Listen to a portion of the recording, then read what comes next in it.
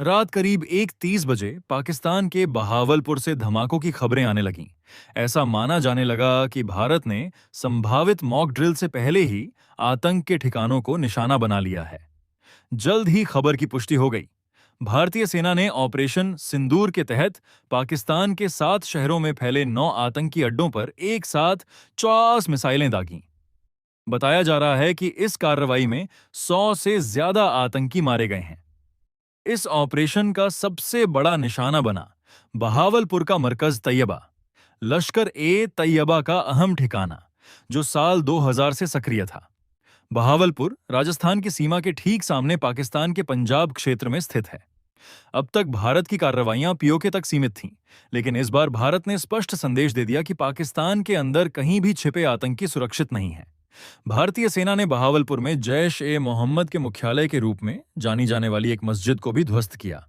यहीं यहीं से कंधार विमान अपहरण कांड का साजिशकर्ता और संसद हमले का मास्टरमाइंड मसूद अजहर अपनी गतिविधियां संचालित करता था।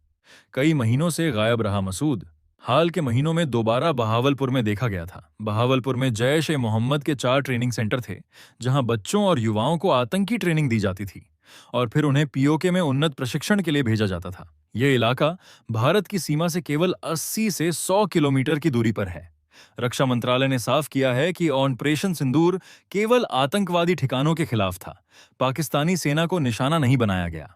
बयान में कहा गया, Only terrorist infrastructure has been targeted in Pakistan and Pakistan occupied Jammu and Kashmir from where attacks against India were being planned.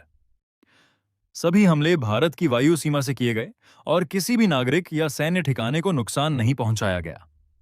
Operation के बाद पाकिस्तान ने गलत जानकारी फैलानी शुरू कर दी। पाक मीडिया ने दावा किया कि उसने भारत का राफेल फाइटर जेट मार गिराया है। इस दावे के समर्थन में जो तस्वीरें दिखाई गईं, वे दरअसल 2021 में मोगा, पंजाब में क्रैश हुए एक मिग 81 विमान की थीं। इस दुष्प्रचार में वहां के पत्रकार भी शामिल हो गए, जिनमें हामिद मीर जैसे नाम प्रमुख रहे।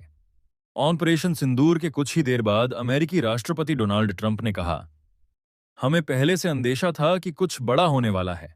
जिस दिन भारत में आतंकी हमला हुआ, उस दिन अमेरिकी उपराष्ट्रपति भारत में ही थे। ट्रंप ने उम्मीद जताई कि यह संघर्ष जल्द खत्म होगा। उधर चीन ने भी चिंता जाहिर करते हुए कहा है कि भारत और पाकिस्तान संयम बरतें और क्षेत्र में शांति बनाए रखें। चीन ने आतंकवाद के हर रूप की निंदा की और दोनों देशों से तनाव कम करने की अपील की।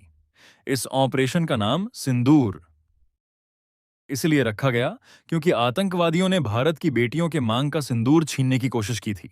यह नाम उस प्रतिशोध का प्रतीक है जो भारत ने लिया है। यह संदेश देने के लिए कि अब कोई भी आतंकी भारत पर हमला कर बच नहीं सकता। पूरा देश सेना के इस साहसिक कदम पर गर्व महसूस कर रहा है।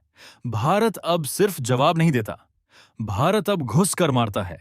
जय हिंद।